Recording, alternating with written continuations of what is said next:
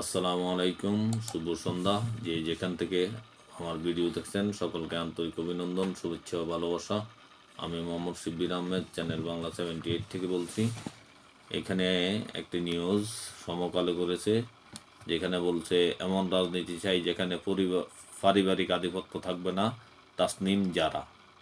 খবরে বলা হয় জাতীয় নাগরিক কমিটির নাগরিক পার্টির জ্যেষ্ঠ যুগ্ম সদস্য সচিব ডাক্তার তাসনিম জারা বলছেন, আমরা এমন এক রাজনীতি চাই যেখানে পারিবারিক আধিপত্য থাকবে না, এমন এক রাজনীতি চাই যেখানে জনগণের ক্ষমতা জনগণকে ফেরত দেওয়া হবে। বিগত সময়ের রাজনীতি ছিল ক্ষমতার খেলা, জনগণের সঙ্গে প্রতারণা ও স্বার্থের লেনদেন। আমরা এর অবসান চাই।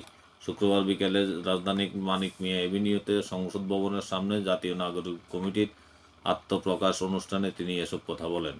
তাসমিন জারা বলেন, আগামীর বাংলাদেশে যেন ক্ষমতা একক পরিবারের মধ্যে কক্ষিগত না থাকে। রাজনীতিতে কেউ নেতৃত্ব দিতে পারবে, যেখানে তার ব্যক্তিগত পরিচয় মুখ্য হবে না। সবাই তার মেধা ও যোগ্যতায় নেতৃত্ব দেবে। তিনি বলেন, বাংলাদেশ শিগগির বদলাবে, আপনাদের হাত ধরে বদলাবে। এই ছিল তাসমিন জারার বক্তব্য। ভালো থাকবেন। আল্লাহ হাফেজ।